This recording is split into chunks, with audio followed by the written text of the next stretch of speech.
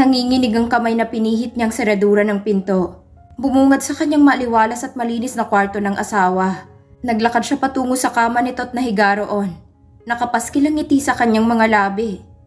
Ano kayang pakiramdam na mahiga rito? Tapos katabi siya. Ang sarap siguro. Kanyang nawika at tumihaya sa kama. Ibinuka niya ang dalawang braso at saka huminga ng malalim. Sana maayos natin to. Usal niya saka ipinikit ang mga mata. Hindi niya alam kung gaano siya katagal na nakapikit. Nang imulat niyang mga matay, iginala niya yun sa kabuuan ng silid. Hindi niya mapigilang humanga sa mga nakikita. Lahat nakalagay sa dapat kalagyan, maging ang mga gamit ng asawa ay maayos na nakaligpit. Tinungo niya ang kabinet ng mga damit nito. Lalo siyang namangha dahil maayos na maayos ang pagkakatiklop ng mga damit nito. Binuksan niya rin ang lagayan ng underwear nito at maging ang mga iyon ay maayos na nakatiklop. Pinagala pa niya ang paningin at dumako yun sa isang table. May mga librong nakapatong sa ibabaw niyon at binuklat niya ang isa sa mga yon. Prente siyang naupo sa swivel chair na naroon at nagsimulang magbasa. Hindi siya pamilyar sa libro kaya muli niya yung ibinalik at pinakailaman ng mga drawer na naroon. Nakatuon ang kanyang atensyon sa isang may kalakihang box na nasa gilid ng table. Masama man ang makailam sa gamit nito ay binuksan niya pa rin ito. Nakita niya ang mga larawan nila na magkasama noong nasa elementary hanggang sa pagtungtong nila ng high school. Mga litrato nila habang nagkukulitan sa damuhan. At maging ang litrato nila sa hospital noong nahulog sila sa puno ng bayabas. Hinalukay pa niyang laman ng box at nakita niyang isang pamilyar na notebook. Mabilis niya itong dinampot at tinitigan. Naalala kung saan niya yun nakita. Ilang sandali pa'y ibinalik niya yun sa kinalalagyan at tinakpan ng box. Lumipas ang ilang minuto hanggang sa mapagpasyahan niyang basahin ulit ang notebook. Nanginginig ang kamay na binuklat niya ang unang pahina. At ngayon niya lang napansin ang nakasulat na pangalan sa gilid niyon. Nathan and Janeline forever. Napangiti siya nang mabasa yon at ipinagpatuloy ang pagbuklat sa mga pahina. Napakunot noo siya na mapagtantong isa iyong diary. Nagsimula siyang magbasa. Dear Diary, nakakahiyaman dahil kalalaki kong tao. Nagsusulat ako ng ganito. Gusto ko lang ikwento ang mga nangyari sa akin ngayon. Kasama ng aking future wife. Kakauwi lang namin galing sa farm at nagtanim kami ng petchay. Sayang lang kasi maaga siyang umuwi. Pero di bale, makikita ko naman siya sa school. Lumawak ang pagkakangiti niya at binuklat ang mga sumunod na pahina. Dear Diary, saksi ka sa sasabihin kong ito. I love her so much. Bata man ako, bata man kami. Alam kong siyang nakatakda para sa akin. Nangangako akong pakakasalan ko siya pagkatapos namin sa pag-aaral. Dear Diary, hindi ko alam kung tama ang ginawa niyang pagpapatihulog sa puno ng bayabas para lang damayan ako. Pero dahil sa ginawa niya mas lalo ko siyang minahal. Pinapangako ko po sa inyo, mamahalin at aalagaan ko po siya sa bawat araw na magkasama kami. Sa puntong yon unti-unting bumalong ang luha sa mga mata niya. Ganun ba siya kahalaga dito para isulat lahat ng nangyayari dito na kasama siya? Dear Diary, sorry kung may pingas ka at hindi na naibalik yung karugtong mong ibang papel. Sabi kasi ni future wife may pusa daw kaya nginat-ngat ka. Pero ibabalik ko po at pipiliting idikit para masulatan pa kita. Bagamat umiiyak ay nakuha niya pa ring suriin ang notebook. Oo, may ibang pahina na may pingas at yung iba naman pinilit na lang idikit. Binuklat niya ang mga sumunod na pahina at doon ay tuluyan na siyang napahugulgol. Dear Diary, I was hurt. Deeply hurt. Kung pwede lang patayin ang sarili ko kanina ko pa sana ginawa. Ang sakit eh. Ang sakit na marinig mula sa bibig niyang hindi niya ako mahal. Na ayaw niya magpakasal sa akin. Masakit kasi umasa ako. Umasa ako sa pangako namin. Umasa ako sa mga salita niya. Pero alam niyo po ba kung ano yung mas masakit? Yun yung makita siya na may kasamang iba. At masayang nakikipagtawanan na dapat ako ang kasama niya. Ako ang kakwentuhan niya at hindi ang kaibigan ko. Dear Diary, heto na naman po ako. Siguro nakukulitan ka na sa akin. Pero ikaw lang pong napagsasabihan ko sa kung anong mga hinaing ko. Kagagaling ko lang sa bahay nila Jenny.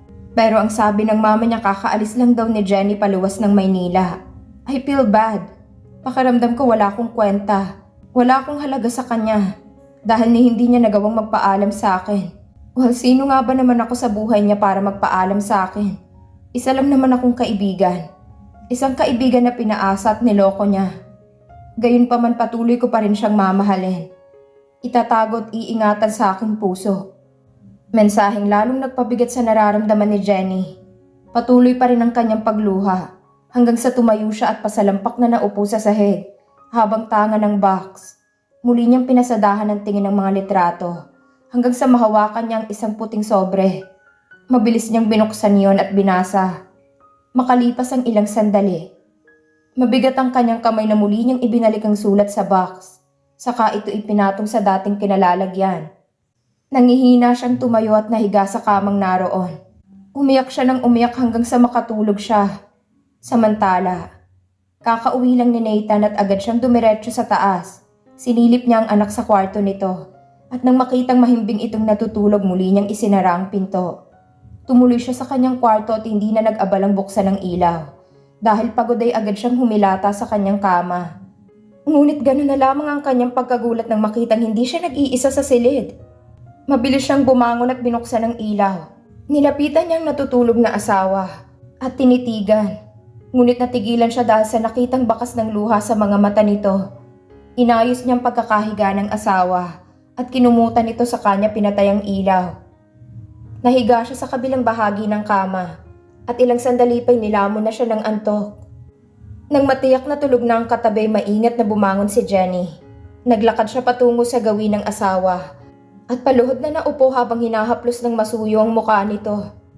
Alam ko na ang lahat at hindi sapat ang salitang sorry para mapawi ang lahat ng sakit na ipinaramdam ko sa'yo. Ang sama ng loob na kinimkim mo dahil sa paglayo ko. Lumuluhang kausap niya dito. Kasalanan kong lahat. Kung hindi ko sana pinairal ang pagsiselos ko, siguro pareho tayong hindi nasaktan, hindi nagkasakitan at hindi nagdusa. I'm sorry kung nawalan ako ng tiwala sa'yo. I'm sorry kung naduwag ako. Kung sana lang, sinabi ko sa'yo ang nakita ko. Siguro hindi tayo magkakaganito. Kasalanan ko to. Kasalanan ko to. Patuloy pa niya at pinagsusuntok ang sarili. Ang laki niyang tanga. Nagdusa silang pareho dahil sa isang maling akala niya. Parang gusto niyang sakalin ang sarili dahil sa katangahan niya. 10 taon, pinili niyang lumayo dahil inakala niyang niloko siya nito at ipinagpalit sa iba. Ang tanga niya dahil nawala sa isip niya noong panahon na yon. Na Angel ang tawag nito sa nakababatang pinsan ni Aki. Ang tanga niya dahil hindi niya tinapos basahin ang sulat. Ang tanga niya dahil sinayang niya ang 10 taon na dapat sana'y masaya at magkasama sila ni Nathan. Kaya pala ito naguguluhan sa mga sinasabi niya. Dahil talagang wala itong alam. Hindi siya nito niloko. Hindi siya nito sinaktan. Hindi ito lumimot sa kanilang pangako. Siya ang nanakit dito. At hindi niya alam kung paano ito haharapin. Kasalanan niya ang lahat. At hindi niya alam kung paano patatawarin ang sarili. Umiyak pa rin tinitigan niyang mukha ng asawa at dahan-dahang inilapit ang mukha niya dito. Ikiniskis niya ang ilong sa ilong nito at masuyong dinampian ito ng halik sa labi. Alam ko, hindi ito magiging madali, pero kailangan ko itong gawin. Kailangan kong lumayong muli para maibalik ang tiwala ko sa sarili ko. Kailangan kong buuin muli ang pagkatao ko para sa muli nating pagkikita. Maging karapat-dapat na ako sa pagmamahal mo. Mabigat ang mga paang tumayo siya at tinungo ang pintuan. Bago tuluyan lumabas ay muli niya itong sinulyapan. Goodbye, my husband. Kinaumagahan. Nagising siya dahil sa pag-uga ng kanyang kama. Nakita niya ang kanyang anak na nakaupo at bakas sa mukha ang kalungkutan. What happened? May pag-aalalang tanong niya nang makaupo sa tabi nito. She left us. What? Who? My mom. She already left. Anong... This? Wika nito at iniabot sa kanya ang sulat. Binasa niya yun at agad bumaba sa kama. Saka patakbong tinungo ang kwarto nito. Binuksan niya ang closet nito at wala ang iba nitong mga gamit. Mabilis siyang bumaba at hinanap ito sa bawat bahagi ng bahay. Maging sa garahe ay hinanap niya ito. Huwag mo nang pagurin ang sarili mo, Dad. Nasa biyahe na siya ngayon. At malamang ilang oras na lang lalapag na siya sa airport ng Europe. Napalingon siya dahil sa narinig. Alam mong aalis siya? Umiling ito. No, Dad. But because of this letter. Nito na iminigayway pa sa harapan niya. Alam kong doon ang punta niya. Bakit parang hindi ka apektado na umalis ang mami mo? Of course I am. But, maybe ginawa niya lang po ang dapat. Hayaan na lang po muna natin si Mami. Alam ko mahal niya tayo at muli siyang babalik para magkasama-sama tayong muli. Pilit siyang ngumiti dito. Buti pa ito, parang wala lang na umalis ang ina nito. Samantalang siya, hindi niya alam kung saan at paano magsisimulang muli na wala ito sa kanyang tabi. Halika na po sa loob. Magluto ka na ng breakfast ko. Parang matandang utos nito sa kanya. Pero, oops! Remember that, from now on, ikaw na muna ang mami at daddy ko. Kaya tara na po sa loob. At hinila na siya nito papasok ng bahay. Dinala siya nito sa kusina at itinuro kung anong lulutuin niya para sa almusal nila. Matapos makapagluto ay kumain na sila. Si Jessica ang naghugas ng pinagkainan nila. At siya naman ang pinaglinis nito sa lamesa. Nakangiting sumunod naman siya sa kanyang anak. Umakyat ito sa taas nang makatapos sa paghuhugas. Samantalang siya na may nanatili sa living room. Binuksan niya ang TV at akmang babalik na sa upuan nang kanyang mapansin na nakatuping papel. Kinuha niya yun at binasa. Nathan, patawad kung sa pangalawang pagkakataon umalis na naman ako ng walang paalam. Ginawa ko to hindi para sa sarili ko, kundi para sa ating pamilya. Alagaan mo si Jessica, lalo na ang iyong sarili. Pangako, babalik ako kapag naayos ko na ang sarili ko. Kapag napatawad ko na ang aking sarili. Paalam, Jenny. Malungkot na tinitigan niya ang sulat. Hihintahin kita, my wife. Kanya na lamang nausal. 8 years later. Dad, bilisan mo na. Mahuhuli na po ako sa klase ko. Sigaw ng kanyang anak mula sa ibaba. I'm coming. Ganting sigaw niya rito. Nagmamadali niyang tinapos ang pagbibihis. At patakbong bumaba. Nakita niya itong nasa labas na ng bahay. Kaya nilak na lamang niya ang front door. Nang tuluyan siyang makalapit sa anak ay napakunot noo siya. Dahil napailing ito habang nakatingin sa kanya. Why? Is there something wrong? Hindi ito tumugon. Bagkus umikot ito sa kanyang likuran at inayos ang pagkakatak-in ng long sleeve polo niya. Nang humarap ito sa kanya ay mas lalo itong napailing at inayos na lamang ang necktie niya. That's why I love you, baby. Aniya dito nang matapos ito sa ginagawa. Dad, don't call me baby. Dalaga na po ako. Maktol nito at nagpapadyak pa. Ngumisi siya sa anak. Asus, naregla ka lang, ganyan ka na. Talaga naman pong dalaga na ako. Nakalabing saad nito. Basta. Ikaw pa rin ang baby Jessica ko. Pangaasar pa niya dito. Dad naman eh. Ayusin mong sarili mo. Nakatingin sa'yo yung crush mo oh. Haniya dito na kunwari inginuso ang kapatid ng kanilang kapitbahay na si Alex. Dahil sa narinig ay mabilis na inayos ni Jessica ang sarili. Saka pa simpleng tumingin sa itinuro ng ama. Ngunit ganun na lamang ang panlalaki ng kanyang mga mata. Nang mapagtantong na isahan na naman siya nito, mabilis niyang sinakyan sa likod ang ama na kasalukuyang naglalakad patungo sa sasakyan nito. Dahil nawalan ng panimbang ay sabay silang bumagsak sa lupa. Naunang nakatayo si Nathan at tatawa-tawang inilahad ang palad sa anak na nakahilata pa rin. Hindi ito umimik at tila natuka ng ahas dahil namumutla ito. Sinundan niya ng tingin ng tinitingnan nito at kamuntik na siyang bumunghalit ng tawa. Nang makitang nasa teresa ng kabilang bahay ang binatang hinahangaan ng anak at nakatingin ito kay Jessica. Nilakasan niyang pagsasalita, ngunit tila bingi ito kaya inilapit niya ng kaunti ang bibig sa punong tenga ng anak. Baby, mahuhuli ka na sa klase mo. Kanyang sigaw na ikinagulat nito. Bigla itong lumingon sa kanya at tumama ang noo nito sa noo niya. Ouch! Hiyaw nito at sapo ang noong bumangon. Daddy naman eh, bakit ka ba naninigaw? Kasabay niyon ay nagpatiuna na itong pumasok sa kotse. Tatawa-tawa namang pumwesto sa driver's seat si Nathan. Saka sinagot ang anak. Paano? Para kang natuka ng ahas dahil lang sa nakita mong nakatingin sa'yo yung crush mo. Paano pa kaya kapag nilapitan ka na niya? Siguro mangingisay ka sa kilig, no? Dad! Saway nito at pinandilatan pa siya nito. Nakangising pinaandar niyang sasakyan at inihatid ito sa eskwelahan saka siya dumiretso sa opisina. Ganito nang nakasanayan nilang mag-ama simula noong lumisan si Jenny. Nagtatawanan, harutan at higit sa lahat mas naging malapit ang mag-ama sa isa't isa. Si Nathan ang tumayong ama't ina sa kanilang prinsesa.